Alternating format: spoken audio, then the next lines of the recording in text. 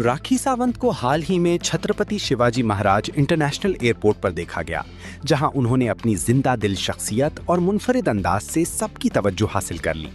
Rakhi Sawant casual मगर दिलकश लिबास में मलबूस थीं और एयरपोर्ट पर पुरएतिमाद अंदाज में चलती नजर आईं।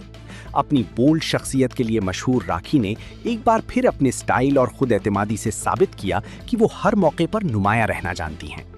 एयरपोर्ट पर मौजूद वीडियोस में देखा गया कि उन्होंने पापाराजी को खुशदिली से खुशामदीद कहा और तस्वीर के लिए पोज भी दिए।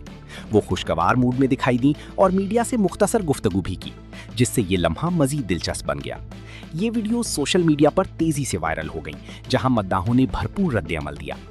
राखी सावंत शोबिज इंडस्ट्री की एक मारूफ शख्सियत हैं, जो अपनी बेबाक तबीयत और मुसलसल अवामी मौजूदगी की वजह से खबरों में रहती हैं। इनकी एयरपोर्ट पर मौजूदगी अक्सर मद्दाहों और मीडिया की तवज्जो हासिल करती है।